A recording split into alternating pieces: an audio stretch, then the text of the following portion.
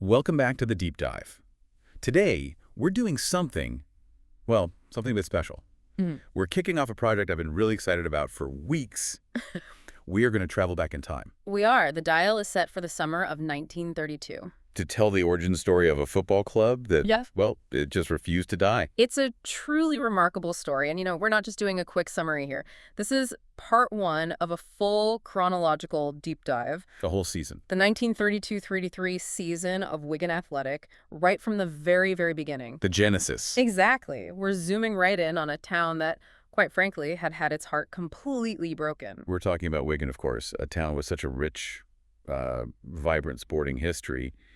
But as we step into the summer of 32, there's just this void. A huge void. The old club, Wigan Borough, had collapsed. Dawn, just poof. Yeah, completely vanished from the football map. It's so hard for us to imagine that now, isn't it? The Yeah. club has such a solidified, a real history. But back then, there was nothing.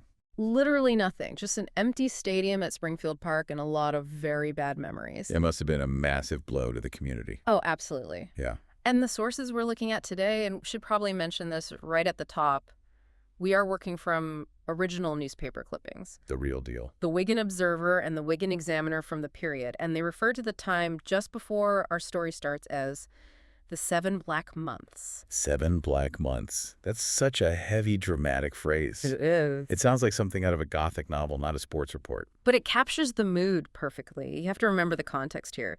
This is the Great Depression. Right. Life was incredibly hard. Unemployment was sky high. So for the town to lose its football league club, and Borough resigned from the league partway through the 1931-32 season, it was a huge psychological blow as much as a sporting one. And the physical symbol of that loss was right there for everyone to see. Springfield Park. The ground was just sitting there, silent. And vulnerable. That's a key point the archives really bring up.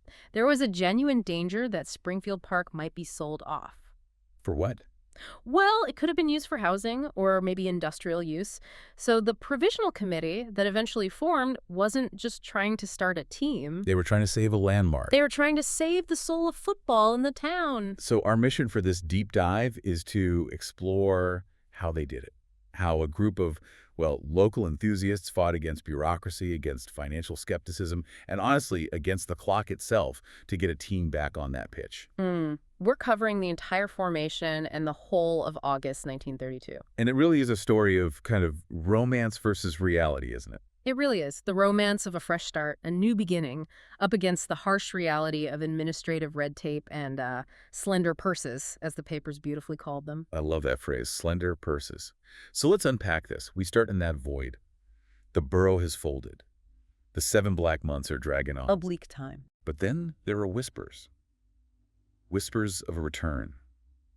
A provisional committee is formed, led by a Mr. J. Howarth, J.P. A justice of the peace, so a respected local figure. Exactly. Now, usually when you start a new club from the ashes of a failed one, you'd think you'd start small. You would. You'd join a local district league, build up slowly, find your feet. The logical, cautious approach. That would be it. But Mr. Howarth and his colleagues were many things. Cautious was not one of them. No, they swung for the fences immediately. Their very first move, and you have to remember, they have no team, barely any club structure, no players. Their first move was to apply for the English League, Division III, Northern. That is absolutely wild to me. It's just the sheer audacity of it. It's incredible. That's like me starting a burger stand in my backyard and immediately applying for a Michelin star. Hi, we're brand new. Can we join the football league, please? It really speaks to the town's perception of itself, though. They genuinely believed Wigan belonged in the football league. They didn't see themselves as a non-league town. Not for a second. Yeah. And they put their money where their mouth was. They sent deputations to London, to Manchester, to lobby the Football League Management Committee. They were serious. And what happened? I mean, did they just get laughed out of the building? Surprisingly, no. The records show the reception wasn't hostile at all. Mr. Howarth later told a public meeting that while the reception wasn't exactly encouraging in terms of an immediate yes, Right. They weren't counted out, they were taken seriously, which in itself was a small victory. But the answer was still no. The answer was still no. Correct. Admission was not obtained. The door to the Football League, for now, remained shut. So plan A is a bust. Most people would be discouraged. They'd probably pack it in right there. Mm. But these guys, they didn't even seem to sulk. They just Oh. pivoted Yeah. instantly. And this is where you see that resilience shine through. If you can't be in the Football League, well, you want to be in the next best thing.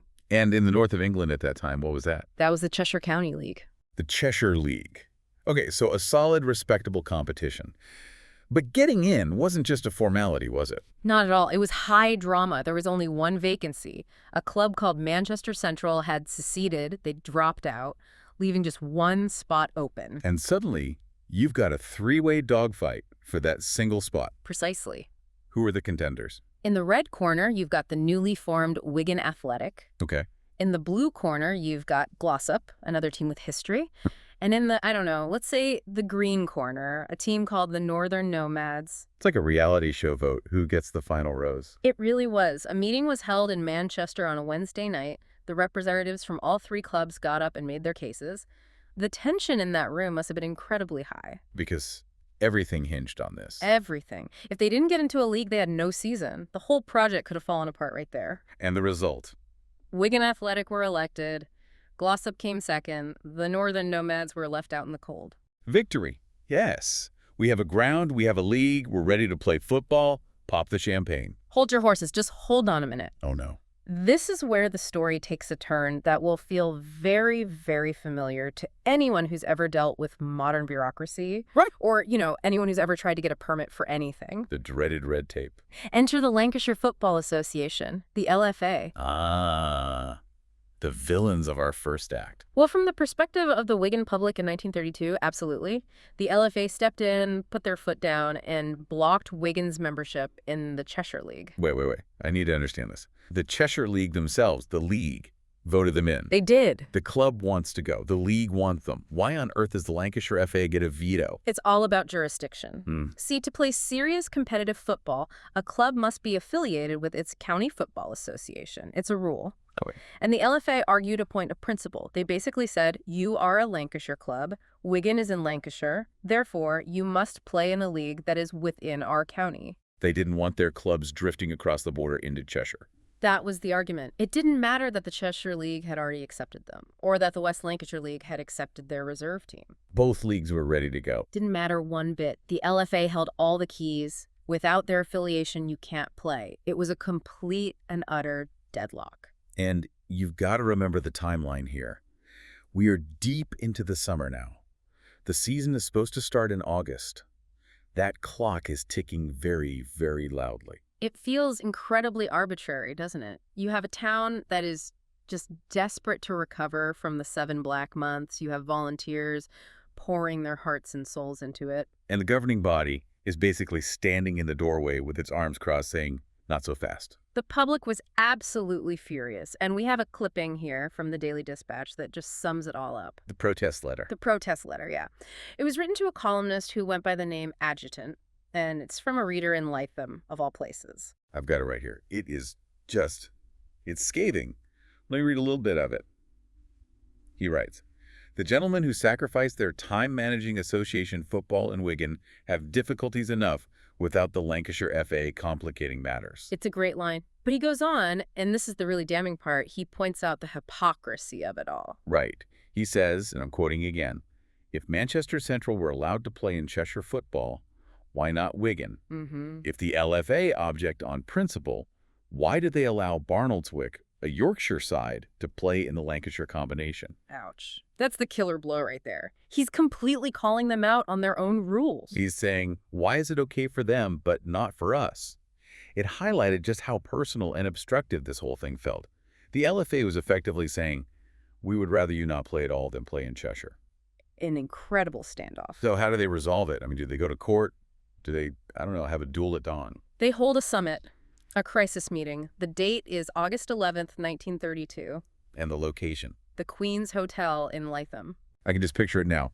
A smoke-filled room, men in heavy wool suits, probably drinking tea or maybe something a bit stronger. Arguing over the future of football in Wigan. It was the make-or-break meeting, wasn't it? It was everything. The Wigan delegation went to plead their case one last time, and finally, after all the back and forth, the LFA relented. Victory. A partial victory. They granted something called associate membership, and they gave their consent for the Athletic to play in the Cheshire League. But, I sense a but coming. There was a condition, a big one. The LFA demanded that the club immediately become a properly constituted club. So no more provisional committee. They had to get serious about the structure. They had to become a real legal entity. Which leads us nicely into the second part of this story, the actual structure of this new club.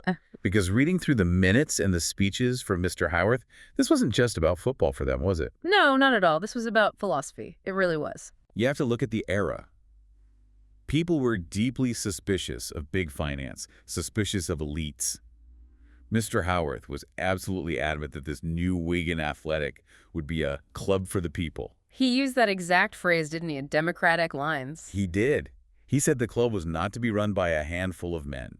He had this vision of spreading the ownership over a larger surface. I love that imagery, a larger surface. What did that actually mean in practice, though?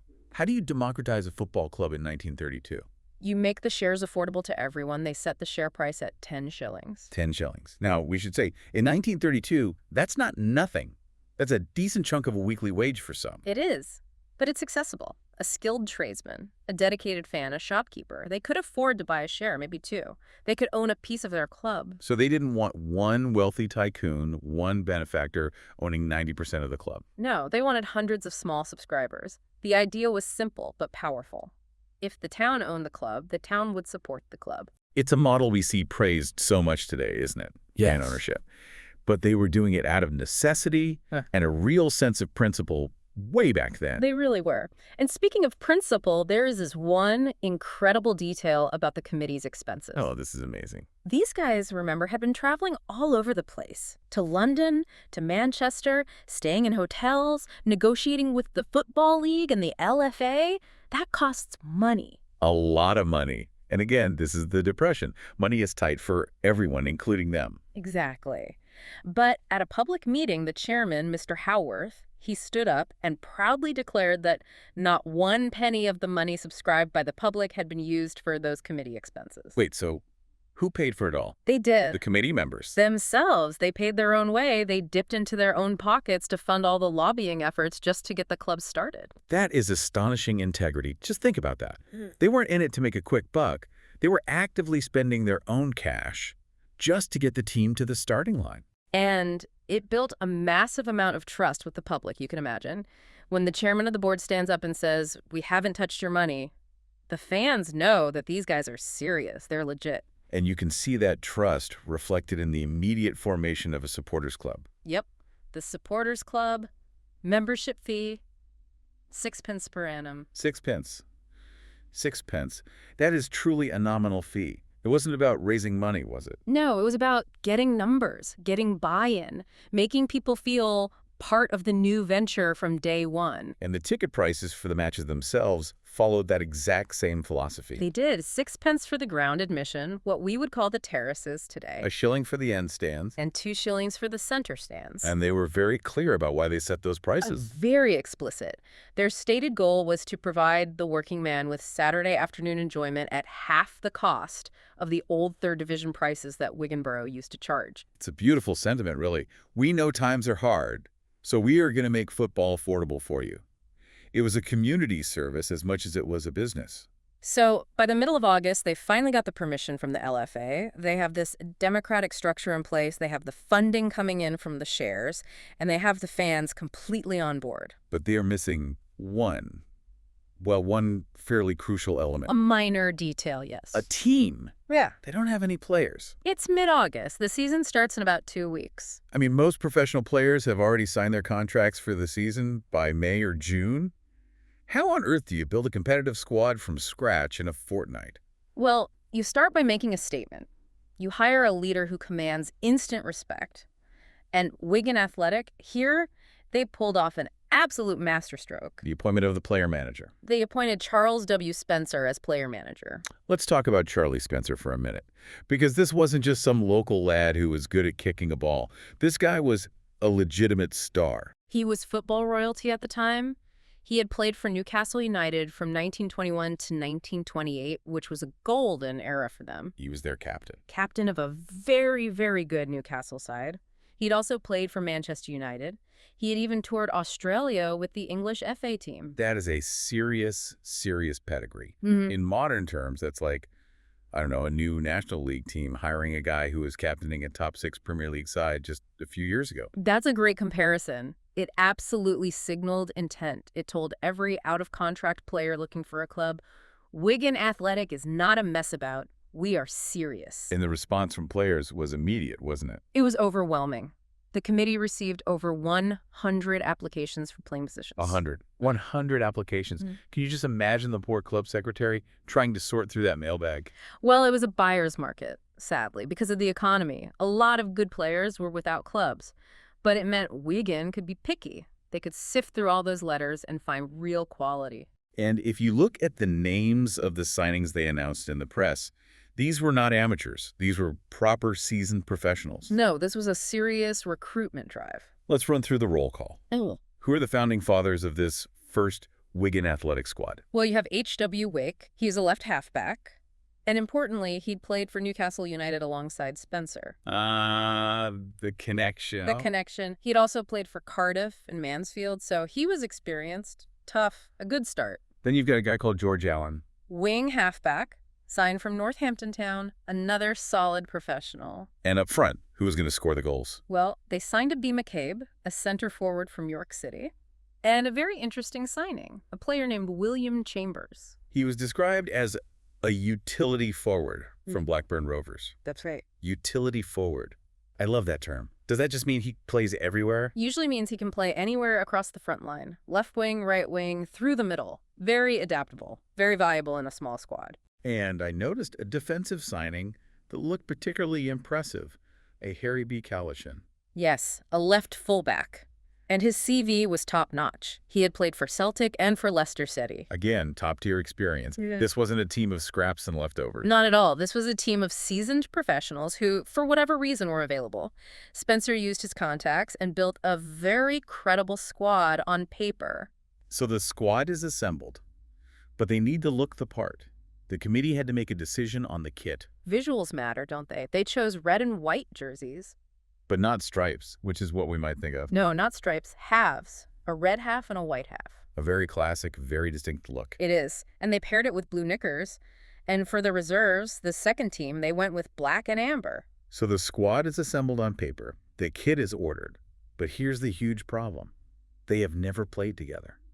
Not once. They're complete strangers. And the season starts in a matter of days. They desperately needed practice, and this is where the football fever that was gripping Wigan really reveals itself. The practice matches. They organized these practice matches. They called them probables versus possibles on Wednesday evenings at Springfield Park.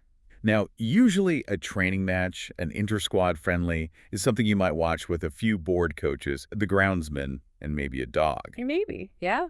What was the attendance like for these Wigan Athletic practice matches? The sources, both the Observer and the Examiner, say the crowd was between 3,500 and 4,000 spectators. Wait, say that again. 3,500 to 4,000 people.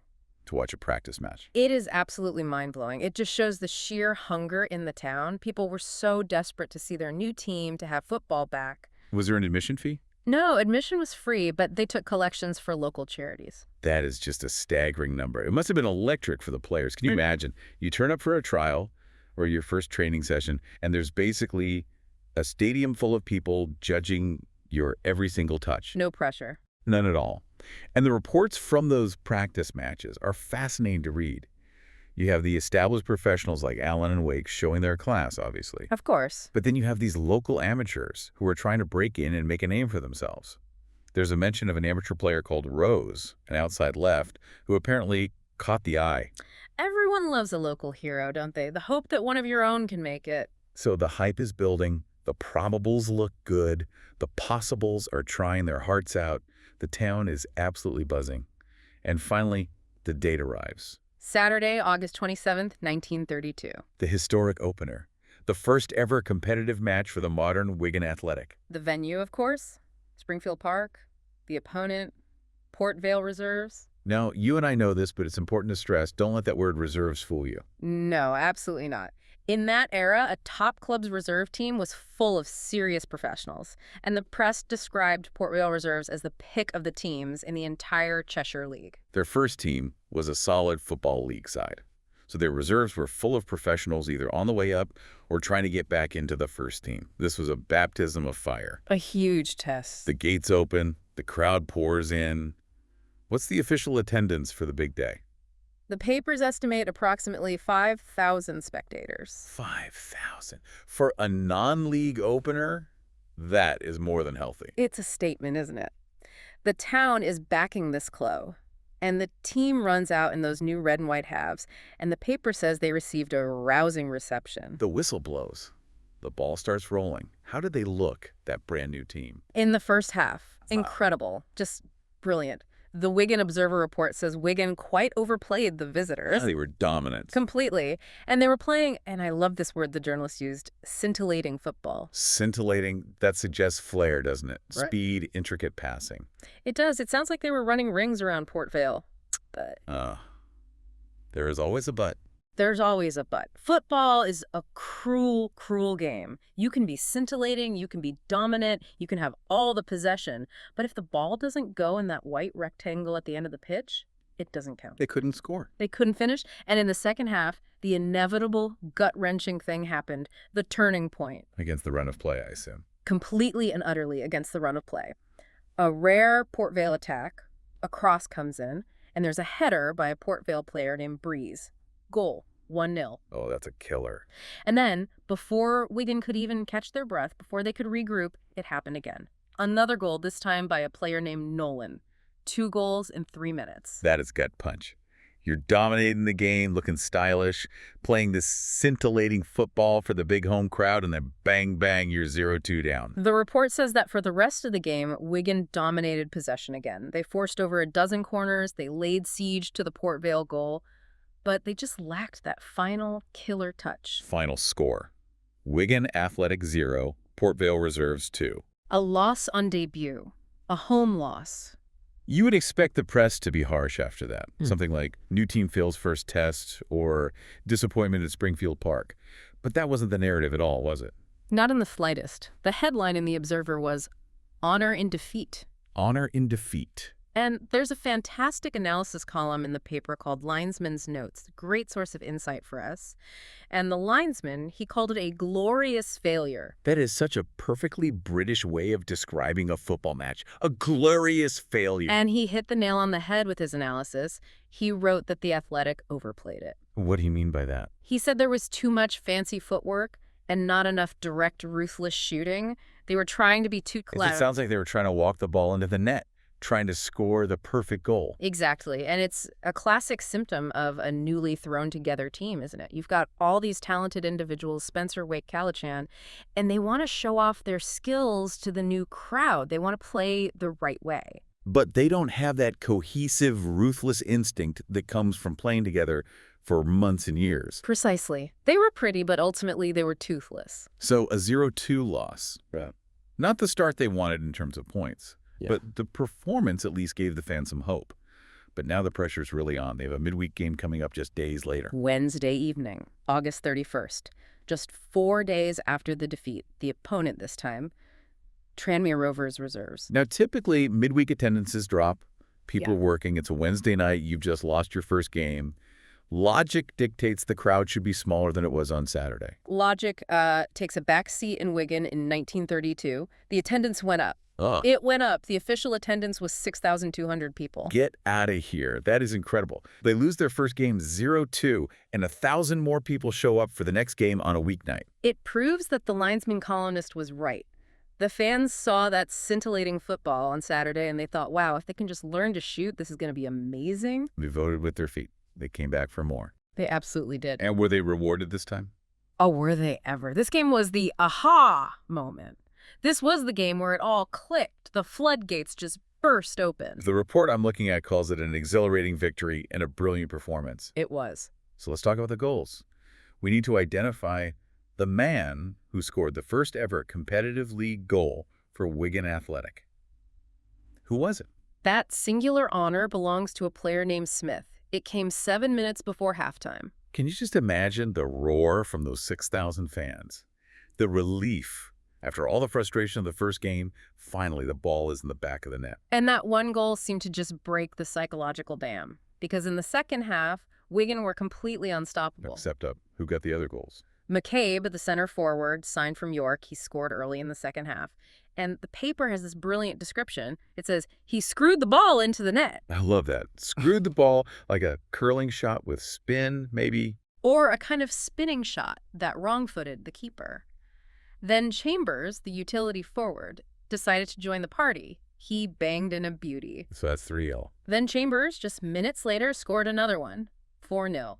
Then McCabe, not to be outdone, added another one for himself, 5-0. 5 goals. Just total dominance. Tranmere did manage to get a late consolation goal from a player named Jones, but the game finished Wigan Athletic 5, Tranmere Rovers Reserves 1. A thumping. And crucially, the style of play had changed from the first game, hadn't it? It seems they actually listened to the criticism. They absolutely did. The press noted it specifically. The report said there was far less dallying on the ball. Dallying, great word. And more first-time passing. They'd clearly realized that in the Cheshire League, you can't just try and dribble around everyone. You have to move the ball quickly, pass, and move. And when you get a chance, you shoot. It's impressive adaptability, really. It took them exactly 1 game and 4 days to figure out what was wrong and completely fix it. It validated the manager, Charles Spencer. It showed he wasn't just a big-name figurehead, he could actually coach. And it validated the players he'd signed. Were there any other standout performers? Yeah, the report describes McCabe as a bustling attacker, which sounds about right for a center forward who scored 2. And a player called Murphy on the left wing was praised for his speed and centering. So August ends on this incredible high. A 5-1 victory in front of over 6,000 screaming fans. The Phoenix has well and truly risen from the ashes. It certainly has. But before we close the book on August, we probably should mention the other side of the club, the reserves. Ah, yes, the second string. They finally got their approval for the West Lancashire League. They did. Their first match was away against Lancaster Town Reserves. And did they match the first team's glorious success? Sadly, no. Quite the opposite. They lost 0-3. Ouch. Bit of a reality check. It was. The report calls it a setback, and interestingly, it notes that they started the game well, but faded against Lancaster's more direct methods. More direct methods. So it sounds like the whole club, from the first team down to the reserves, had a bit of a style over substance issue in that very first week. It does, doesn't it? They all wanted to play this pretty passing football, but maybe they got bullied a bit by the tougher, more direct teams in these northern leagues. They had to learn the hard way that you need a bit of steel as well as silk. Indeed. And there is one more little detail in the source material from August that I absolutely have to bring up, because it just paints such a vivid picture of the era and the realities of running a football club. I think I know what you're going to say. Springfield Park wasn't just for football, was it? No, absolutely not. We have to remember the finances. Even with crowds of 5,000 or 6,000, running a professional club is incredibly expensive. They needed to sweat the asset. They needed every penny of revenue they could get. So what did they do to bring in extra cash? They hosted All-In Wrestling. Wrestling. At the football ground. Yes. We have an advertisement here for a contest involving a wrestler named Jack Bai versus a Polish wrestler called Poldaki. Jack Bai versus Poldaki. That sounds like a headline bout at Madison Square Garden. Or, a pub parking lot. The source rather amusingly mentions that Jack Bai was too clever for his Russian opponent. They get his nationality wrong, but it's significant. It shows the hustle. It does. The committee wasn't just sitting back admiring our football team. They were actively finding ways to keep the lights on, to pay the wages. It adds such a great texture to the story. You can go to Springfield Park on a Wednesday evening for the football and then come back on a Saturday night for the wrestling. It was the absolute hub of the community. So let's zoom out. We're at the end of August 1932. It has been a frantic, chaotic, but ultimately successful month. The 7 black months are officially over. The bureaucratic war with the LFA has been won. The Democratic fan-focused club is formed. The team is assembled. And on the pitch, they've lost one, but they've won one emphatically. They've found their feet. It was a successful launch by any metric you could use. The club was established, and crucially, it had the public's backing. There was a letter to the editor in one of the papers from a fan who signed his name simply as enthusiast. And I think he sums up the mood in the town perfectly. Oh, that's a great quote. Yeah, Yes, he writes, "The men can play football and the public know it." the public know it. That bond between the team and the town was forged right there in those first 2 weeks. The 4,000 at a training session, the 6,000 at a Wednesday night match. Wigan Athletic was no longer just an idea. It was a living, breathing reality.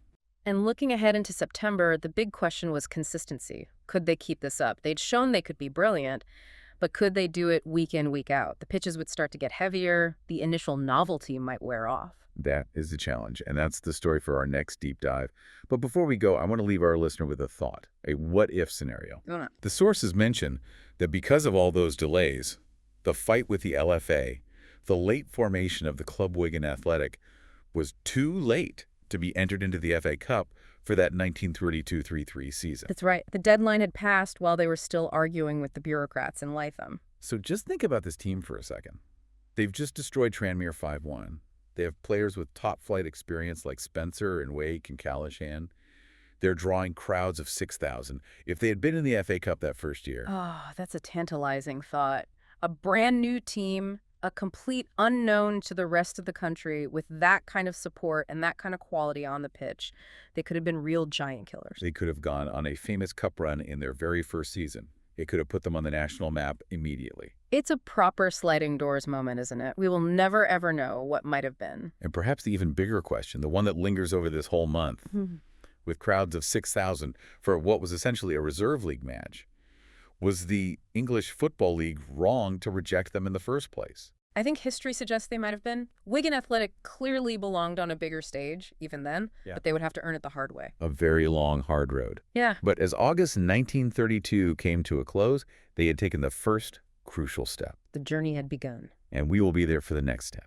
Join us next time as we dive into September 1932. The goals, the mud, and the drama continue. Thanks for listening.